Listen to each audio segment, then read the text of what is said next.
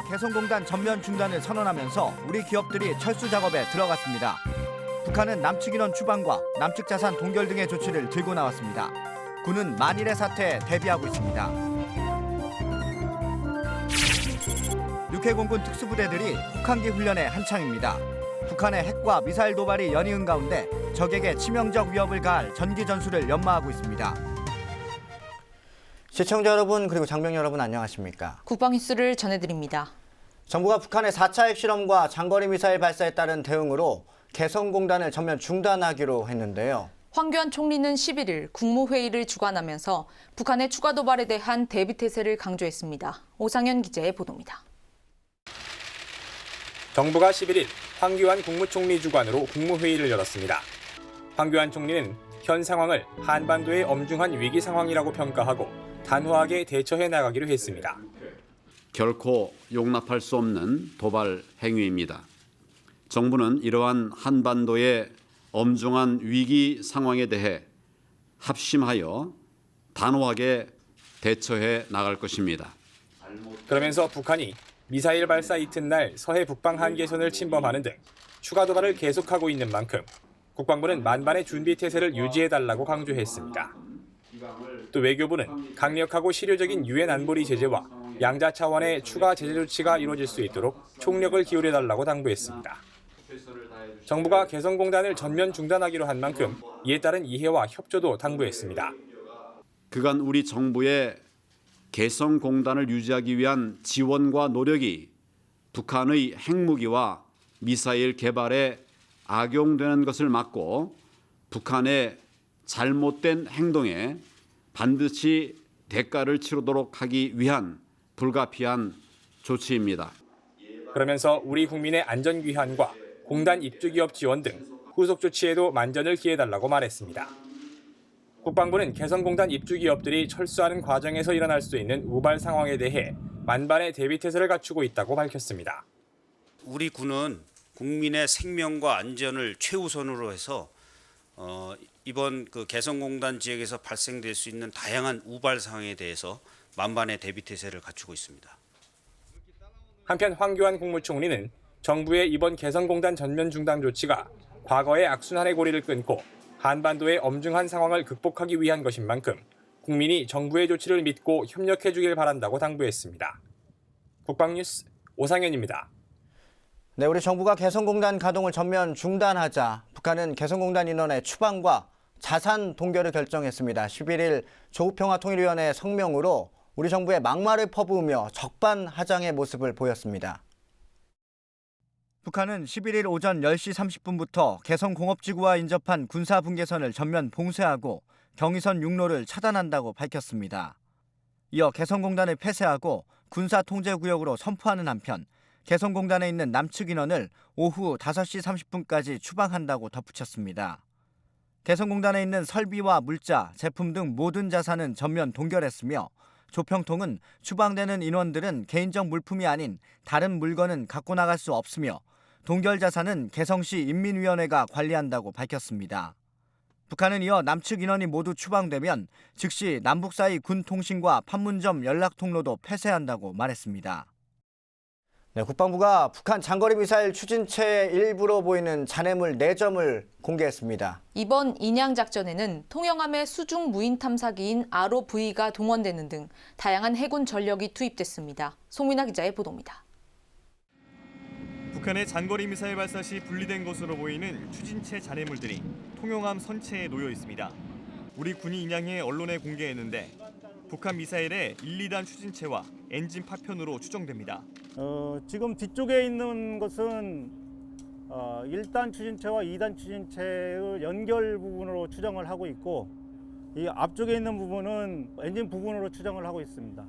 앞서 해군은 지난 7일 탐색작전에 참가한 구축함, 서해 류송룡함이 제주 해상에서 로켓 연결 덮개인 페어링으로 추정되는 잔해물을 수거한 것을 시작으로 8일부터 통영함 수중 무인 탐사기인 ROV와 심해 잠수사를 활용해 수심 80여 미터 해저에서 잔해물을 인양했습니다. 특히 광학 카메라로 사물의 선명한 식별이 가능한 ROV를 활용해 미사일 잔해를 인양하기는 이번이 처음입니다. 해군은 이번 탐색 인양 작전을 위해 통영함뿐만 아니라 소해함과 P3 초계기, 해군 해남구조대 등 다양한 해군 전력을 투입하고 있습니다. 근본 북미사일 탐색 인양 작전은 수상함 구조함과 소해함이 조화로운 협동 작전을 통해서 이루어졌으며 성공적으로 임무를 완수할 수 있었습니다. 해군은 11일 해상 기상 악화로 탐색 인양 작전을 잠정적으로 중단한 상태입니다. 이번에 수거한 잔해물들도 국방과학연구소로 옮겨져 정밀 분석에 들어갈 계획입니다. 해군은 추후 기상이 호전되는 대로 추진체의 탐색 작전과 인양 작전을 재개할 예정입니다. 국방뉴스 송민아입니다. 네, 이와 관련된 구체적인 내용에 대해서는 통일연구원 정영태 박사와 잠시 이어지는 대담에서 자세히 알아보겠습니다. 다음 소식입니다. 이순진 합참의장이 11일 미국의 조셉 덤포드 합참의장과 일본 가와노 가치토시 통합막료장과 한미일 3국 합참의장 회의를 했습니다. 덤포드 미 합참의장과 가치토시 일본 통합막료장은 하와이에서 직접 만났고 이순진 의장은 현 대비태세를 유지하기 위해 서울에서 화상으로 회의에 참석했습니다. 이번 회의에서 3국 합참의장은 북한의 4차 핵실험과 장거리 미사일 발사가 유엔 안보리 결의안에 정면으로 위배되며 국제사회에 대한 심각한 도발 행위라는 점을 재확인했습니다. 이에 따라 3국은 긴밀한 정보 공유를 통해 단호하게 대응해 나가기로 합의했습니다. 합참은 이번 회의를 통해 3국이 한반도와 동북아 지역의 평화와 안정을 향상시킬 수 있도록 상호 안보 현안들에 대해 협조해 나가기로 했다고 밝혔습니다. 3국 합참의장 회의는 지금까지 모두 7차례 열렸습니다. 네, 북한의 핵실험에 이은 장거리 미사일 발사로 군사적 긴장이 높아지고 있는 가운데 우리 군 특수부대원들은 동계 혹한기 훈련에 여념이 없습니다. 네, 먼저 육군 특전사 흑표부대가 실전적인 동계 특수전 훈련을 실시했는데요. 혹한의 추위도 특전 용사들의 강렬한 의지 앞에선 맥을 못 쳤습니다. 김인하 대위의 보도입니다. 특전사 흑표부대가 악조건 속에도 임무를 완수할 수 있는 능력을 기르기 위해 실전적인 동계 전술훈련을 실시했습니다. 특전대원들은 복합적인 특수전 훈련을 통해 각종 전투기술 능력을 배양했습니다. 먼저 혹한의 날씨에 완벽히 임무를 완수하기 위해 추위를 이겨내는 강한 체력 단련을 실시하며 의지를 다졌습니다. 이어진 30km 침투훈련. 팀 단위로 적의 주요 시설이 있는 후방 지역에서 임무를 수행하기 위해 침투하는 능력을 숙달합니다. 적이 알아볼 수 없도록 주변 환경과 유사하도록 비트를 구축해 응거하고 정찰 감시를 통해 항공 화력이 유도되도록 적의 위치를 무전으로 알립니다. 한편 대테러 훈련장에선 핵심 표적 타격을 위한 훈련이 실시됐습니다. 건물 지역에서 발생한 상황에 대한 훈련으로 저격수가 위치한 가운데 한미연합작전을 위한 교신이 계속됩니다. 이윽고 대규모로 투입된 헬기에 탑승한 특전 대원들은 신속히 지상으로 착지해 목표 지점으로 진입합니다. 건물 외곽을 봉쇄한 후 내부로 진입해 적을 일거에 제압합니다. 인지를 확인한 대원들은 헬기로 이동해 안전하게 적 지역을 이탈하며 상황은 종료됩니다. 세계 최강의 대한민국 특전부대는 적에게 공포와 전율을 줄 수 있는 일기당천의 전투력과 정신력을 구비하고 있습니다. 명령만 받으면 언제든지 즉각 출동하여 임무를 완수할 수 있는 확고한 능력과 태세를 완비하고 있습니다. 특전사는 동계 혹한에도 완벽한 특수전 수행 능력을 연마하기 위해 전국 각지의 훈련장에서 강도 높은 동계 전술 훈련을 실시하고 있습니다. 검은벨의 특전 용사들의 강인한 의지와 훈련 열기가 혹한을 뜨겁게 녹이고 있습니다. 국방뉴스 김인하입니다. 네, 대한민국 최정예 특수전 부대로 해군에는 특수전 전단이 있습니다. 언제든 북한 지휘부를 섬멸한다는 각오로 강도 높은 훈련을 하고 있습니다. 윤현수 기자가 보도합니다. 고속단정에 몸을 실은 해군 특수전 전단 요원들. 한겨울 검푸른 파도와 사투를 벌이며 은밀히 적 해안가로 접근합니다. 대원들은 순식간에 해안을 거쳐 적의 미사일 기지 내부로 침투하고 동시에 특전대 저격수들은 적의 동태를 살피며 팀원을 엄호합니다. 핵심 시설과 장비를 파괴하기 위해 폭약을 설치하고 가상의 적에게 발각되자 실전을 방불케 하는 치열한 교전을 벌입니다. 잠시 후 원격 조종 장치로 적의 기지를 초토화시키고 안전하게 빠져나옵니다. EDT 실의 모터가 불가능이란 없다라는 모토입니다. 적지에 침투해서 적이 숨어 있는 곳 어디든지 찾아내 적의 숨통을 끊어내야 한다는 그런 각오로 훈련에 임하겠습니다.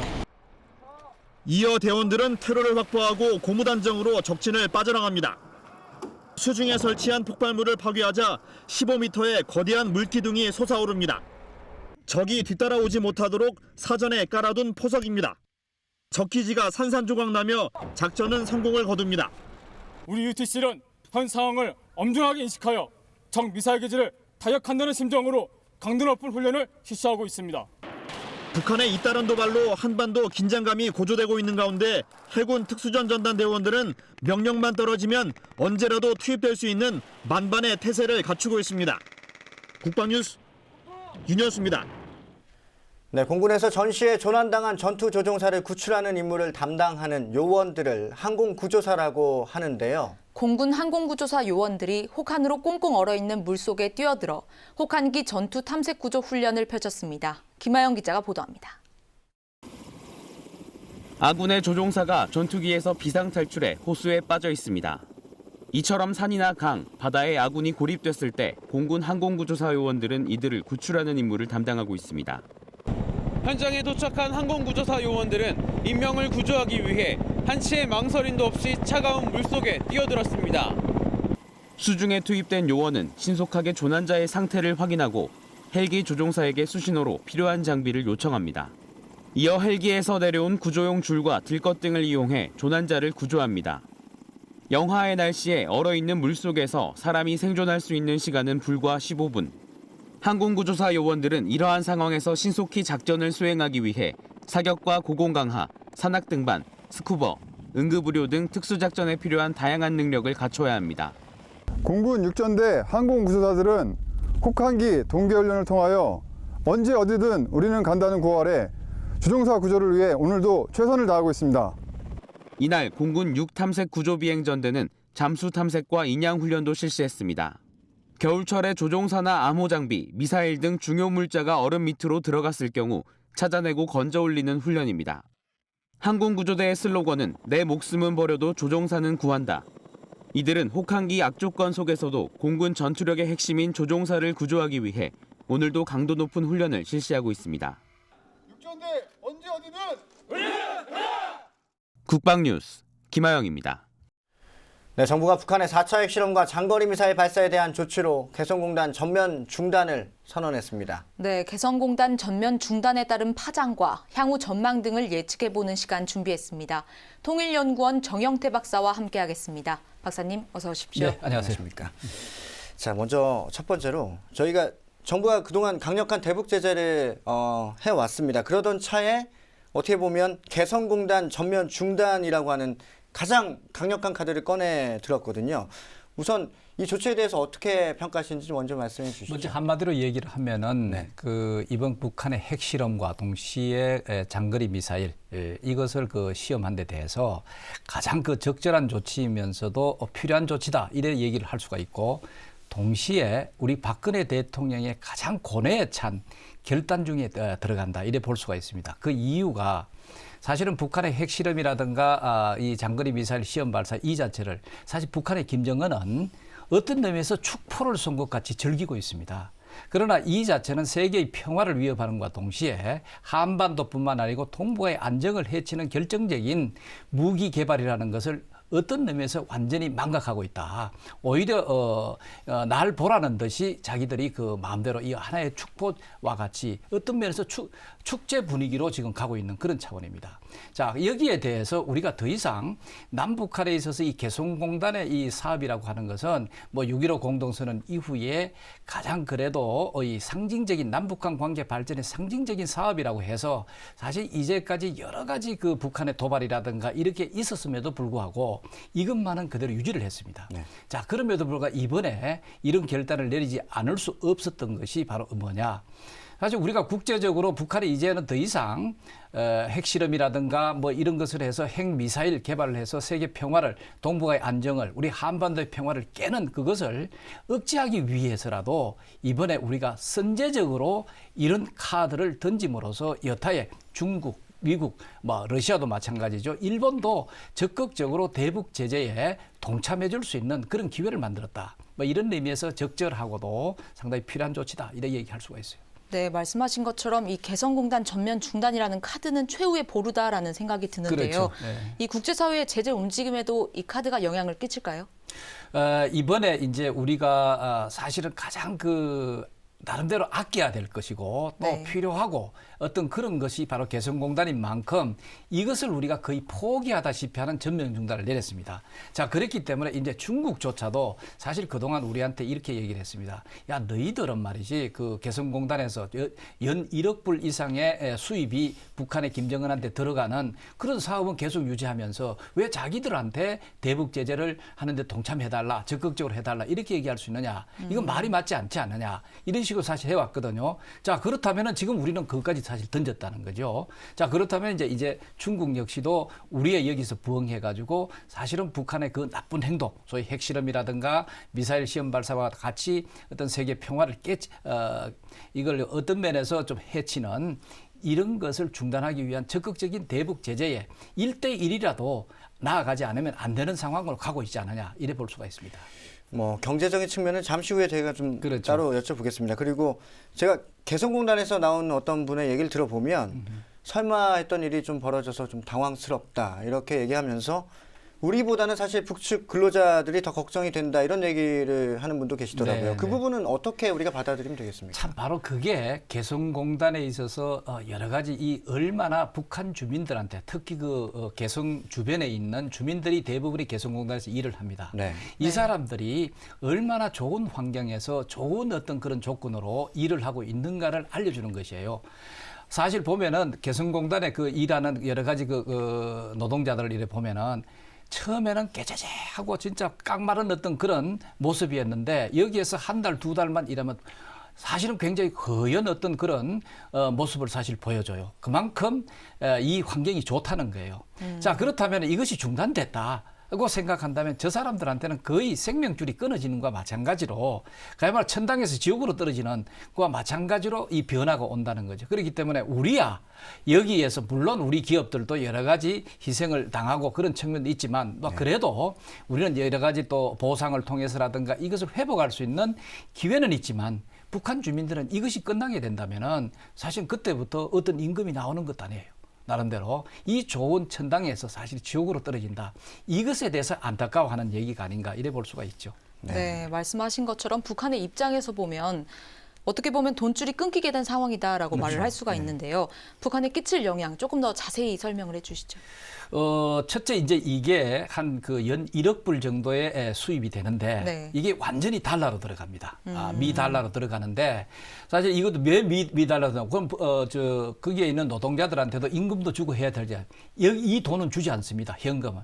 단지 자기들이 무슨 돈표라고 해가지고 일부 한 10%라든가 20% 정도 노동자들한테 주기만 하고 그다음에 이 전체가 1억 불이라고 하는 이 전체가 김정은한테 고스란히 들어간다고 보면 됩니다. 이게 김정은의 개인 통치 자금이라고 볼 수가 있죠. 네. 자, 그러면 1억 불이 어느 정도 되느냐? 지금 이번에 뭐 미사일도 날리고 그다음에 핵실험도 하고 이래가지고 여기에서 뭐 한 2억 불, 3억 불 든다 이런 얘기를 하지 않습니까? 네. 자, 그렇다면 이게 1, 2년만 쌓이면요. 그것을 날릴 수 있는 정도의 비용이 이제는 물거품이 됐다는 그런 뜻이에요. 그래서 일부에서는 뭐 전문가들이 사실은 북한의 이 1억 불이 그렇게 중요한 것이 아니다. 이래 얘기하는데 천만에. 이번에 사실은 이런 그 미사일 정도를 엄청난 돈이 들어가는 미사일 정도를 날릴 수 있는 그 반에 해당되는 정도로 50%에 해당되는 정도로 그거다. 한 2년만 쌓이면은 미사일을 날릴 수 있는 거예요.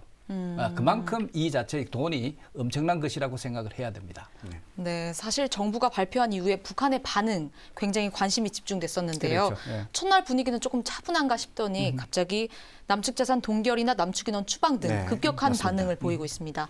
예상했던 일인가요? 상당히 예상된 거죠. 사실 네. 북한은 말이죠. 이번에 이 핵실험이라든가 미사일 발사를 그야말로 아까 제가 얘기 드린 것과 마찬가지로 축제 분위기로 이것을 받아들이고 있습니다. 김정은의 지도력으로 인해 가지고 이런 굉장히 위력한 어떤 핵이라든가 핵 강국, 그다음에 미사일 강국 이런 식으로 이제 해가지고 축제 분위기를 만든다는 거죠. 자, 그런데 사실은 그것은 세계 평화를 해치고 한반도의 안정을 해치고 동북아의 안정을 해치는 것이라는 것을 알고 동시에 우리는 그것을 억제하기 위해서 이 소위 그 북한 주민들한테 굉장히 자양분이 되는 개성공단을 중단할 수밖에 없는 정도의 조치가 내렸다는 것을 북한 주민들은 알아서는 안 되는 거죠.